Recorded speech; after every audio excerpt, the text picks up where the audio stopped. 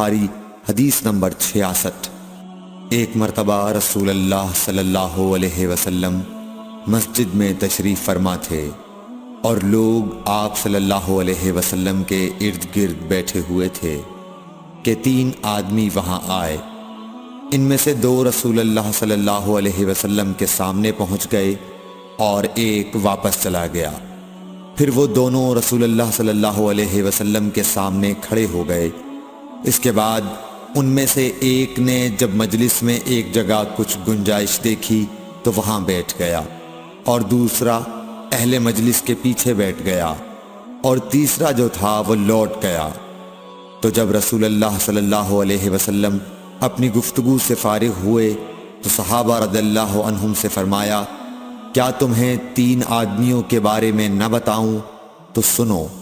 ان میں سے ایک نے اللہ سے پناہ چاہی، اللہ نے اسے پناہ دی، اور دوسرے کو شرم آئی تو اللہ بھی اس سے شرمایا کہ اسے بھی بخش دیا، اور تیسرے شخص نے منہ موڑا، اللہ نے بھی اس سے منہ موڑ لیا۔